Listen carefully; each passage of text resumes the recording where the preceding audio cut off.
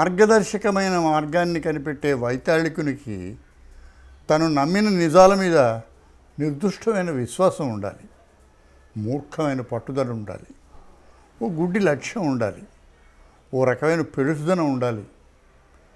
ఇన్ని లేకపోతే ఏదో ఒక సందర్భంలో తన విశ్వాసం సడలుతుంది.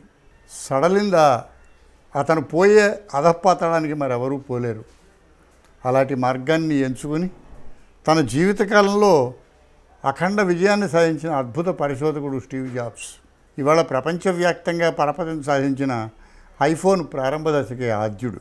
ఆ దశలోనే ఇలాంటి మూర్ఖపు పట్టుదలతో విజయాన్ని సాధించిన ఇద్దరి పేర్లు. ఏనాడు కెమెరా ముందు నిలబడని ఓ వ్యక్తిని వద్దు బాబోయ్ అంటున్నా వినిపించుకోకుండా 6 పాటలు 42 సీన్లు ఉన్న ఓ సినిమాలో టైటిల్ రోల్ వేయించి నాకు 39 సంవత్సరాల 300 సినిమాల కెరీర్నిచ్చిన నిర్మాత రాఘవ.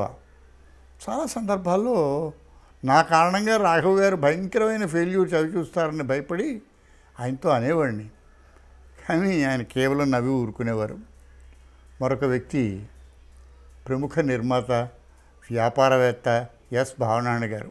ఊహించని ఉష్ణోగ్రతల్లో లోహాలని కరిగించే మూసలు ఆ ఉష్ణోగ్రతను తట్టుకొని ఏ మిశ్రమ లోహంతో తయారు కావాలి. సంవత్సరాల తరబడి ఓ తపస్సు చేసి ఫలితాన్ని కనుగొని ఆ వ్యాపారానికి కింగ్గా నిలబడ్డం నాకు తెలుసు. ఆ రోజుల్లోనే చిరంజీవి హీరోగా ఆయనకి నేను ఐ లవ్ యూ రాశాను. ఆయనది విపరీతమైన ఇన్స్టింక్ట్. తొలి రోజుల్లోనూ ఓ చిత్రాన్ని చూసి మారుతిరావు గారు ఈ కుర్రాడు చితక్కొట్టేస్తాడు, అలా చూస్తూ ఉండండి అన్నారు. అలా చెప్పిన మరొక కన్నడ హీరో వందానందు కాళదళ్ళి చూశాక శంకరనాగ్ని. ఇద్దరూ ధర్మలాను అక్షరాలా పనిచేశారు. తర్వాత 2 చిత్రాలు తీసి ఫెయిల్ అయ్యి లాభం లేదు మారుతిరావు గారు, నా గురి తప్పింది, ఇంక సినిమాలు తీయను అని సందేశించారు. యాతావాత స్టీవ్ జాబ్స్ తన పరిధిలోకి వచ్చి తనని ప్రభావితం చేసేవారి పట్ల అతి క్రూరుడు.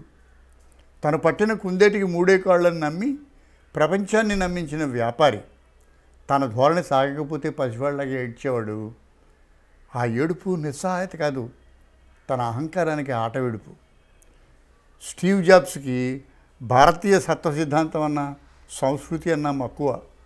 భారతదేశం వచ్చి ఎన్నో దేవాలయాలు సంస్థలను చూశాడు. ఆయన నమ్మకాల పునాదుల్లో కనీసం 2 భారతీయ ఆలోచన వ్యవస్థ పునాదులు ఉన్నాయేమో నాకు అనిపిస్తుంది. స్టీవ్ జాబ్స్ ఏ కాలేజీకి వెళ్ళలేదు. వెళ్ళిన ఒక్క కాలేజీ చదువును అర్ధాంతరంగా వదిలి వచ్చేసాడు. తన మామగారి కారు గరాజులో పరిశోధనలు ప్రారంభించి మొట్టమొదటి మెకంతోష్కి రూపకల్పన చేశాడు. వ్యాపార రంగం దిగ్భ్రాంతమైంది. ఆ తర్వాత అతని జీవితం చరిత్ర. చివరికి క్యాన్సర్తో కన్నుమూశాడు. మరణశయ్యం మీద స్టీవ్ జాబ్స్ చెప్పిన మాటలు ఏ శ్రీశ్రీ రవిశంకరో ఏ సద్గురు జగ్గి వాసుదేవో చెప్పాల్సిన సూక్తుల్లాగా నాకు అనిపిస్తాయి.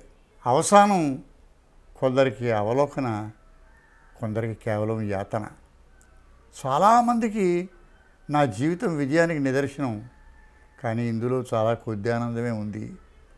ఐశ్వర్యం నాకు వ్యసనం, జీవితం అంతా నన్ను ఏమార్చిన మాఫియా. ఇప్పుడు ఆఖరి క్షణాల్లో మృత్యు సమక్షంలో ఈ ఐశ్వర్యం అర్థం లేనిది అనిపిస్తూ ఉంటుంది. నీ కారు నడవడానికి ఓ మనిషిని జీతానికి కుదుర్చుకోవచ్చు, కానీ నీ అనారోగ్యాన్ని పంచుకోవడానికి నువ్వెప్పుడూ ఒంటరివి. మిత్రుడు, ప్రముఖ హాస్య రచయిత డాక్టర్ తంబు క్యాన్సర్తో వెళ్ళిపోయాడు. చివరి రోజుల్లో అతని ఆత్మీయ మిత్రుడు కళ్ళనీళ్ళు పెట్టుకుంటూ, చెప్పరా, నీకోసం నేను ఏం చేయమన్నా చేస్తానురా అన్నాడు రుద్ధకంఠంతో. అయితే నా మూత్రాన్ని నా తరఫున నువ్వు పోయి అన్నట్ట తంబు అనే డాక్టరు. ఎంత భయంకరమైన నిస్సహాయత. మళ్ళీ స్టీవ్ జాబ్స్, నీ తెలివితేటలు పెరిగి విజ్ఞానం పుంజుకుంటున్న కొద్దీ నీకు ఒకటి అర్థమవుతుంది. 30 రూపాయల వాచి, 30,000 రూపాయల వాచి అదే కాలాన్ని సూచిస్తుంది. వాచి కాలం విలువను పెంచదు, అర్థం లేని నీ వ్యానిటీకి రంగులు దిద్దుతుంది. చివరికి నీ జీవితంలో 6 ఉత్తమమైన వైద్యులు ఉన్నారు. సూర్యరశ్మి, విశ్రాంతి, వ్యాయామం, ఆహారం, ఆత్మవిశ్వాసం, స్నేహితులు, దేవుడిచ్చిన మనుషుల్ని కాపాడుకో. ఒకరోజు వాళ్ళు అవసరం నీకు తప్పనిసరిగా ఉంటుంది. తొందరగా వెళ్ళాలనుకుంటే ఒంటరిగా వెళ్ళు. ఎక్కువ దూరం వెళ్ళాలనుకుంటే నలుగురితో నడువు. ఎందుకు? ఆలోచించని జీవన ప్రయాణం ఏమారుస్తుంది. ఆలోచనే అడుగులను అంచనా వేయిస్తుంది. ఈ మాట నడక గురించి కాదు, జీవన ప్రయాణం గురించి.